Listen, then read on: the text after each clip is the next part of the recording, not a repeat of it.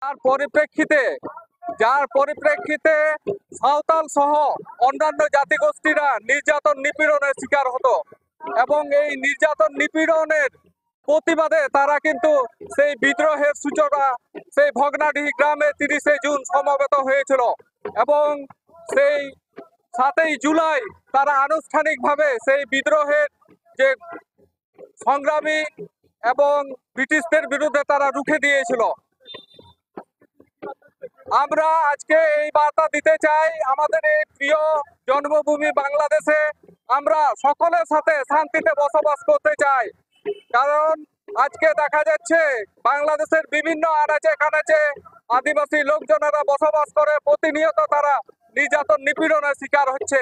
আমরা আজকের এই মেসেজ দিতে চাই, আমরা আপনাদেরই ভাই, আপনাদেরই প্রতিবেশী, আমরাও এই দেশের নাগরিক এবং আপনাদের সাথে শান্তিতে বসবাস করতে চাই। নাগরিকদের জন্য যে ন্যূনতম অধিকার প্রত্যেকটি নাগরিক যাতে এটা নিশ্চিত করতে পারে, সবাই যেন পায়। টানাও কাপে টানাও কাপে হাতে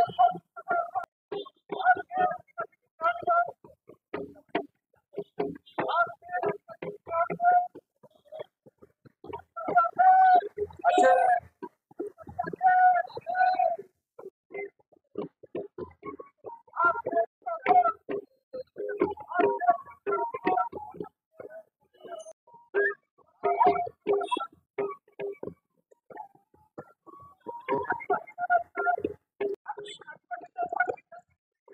দিতে হবে দিতে হবে দিতে হবে দিতে হবে।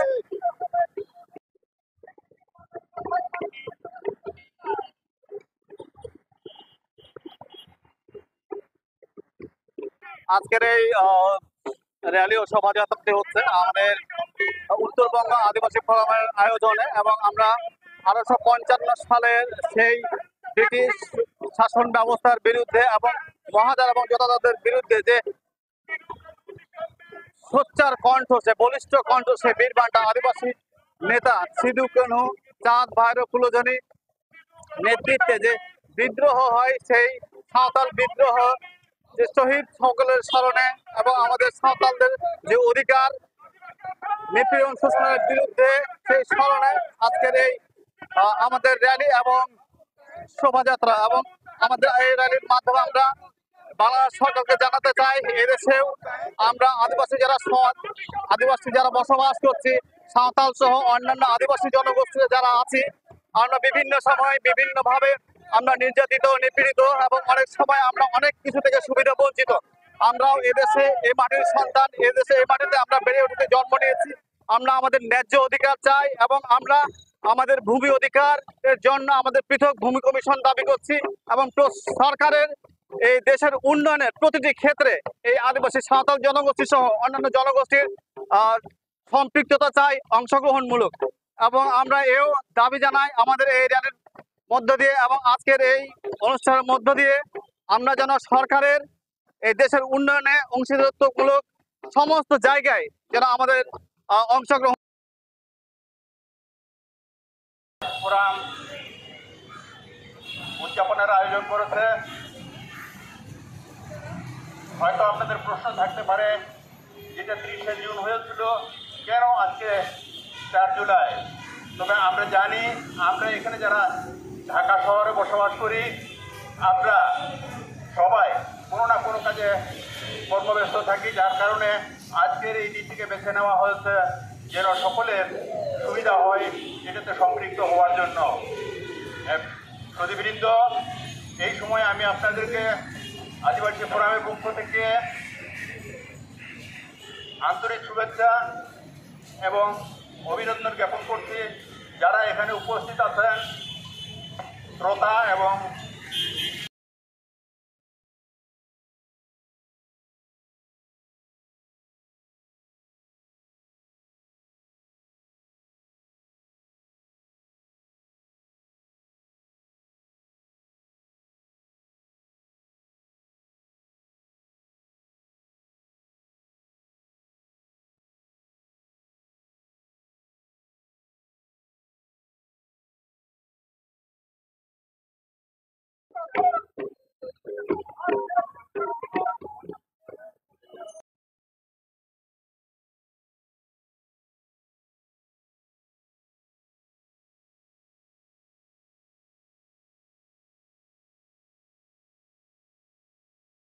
হিন্দু বৌদ্ধ খ্রিস্টান সহ সকলের সাথে শান্তিতে সহাবস্থানে বসবাস করতে চাই।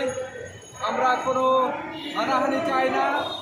আপনারা দেখেছেন প্রতিনিয়ত, বিশেষ করে উত্তরবঙ্গে আমাদের আদিবাসীদের জমি, আদিবাসীদের ভূমি, আদিবাসীদের বসত ভিটা এগুলো জবরদখল করা হচ্ছে। যখন আমাদের সকলের সংস্কৃতি থাকে, আজকে আপনারা যারা এখানে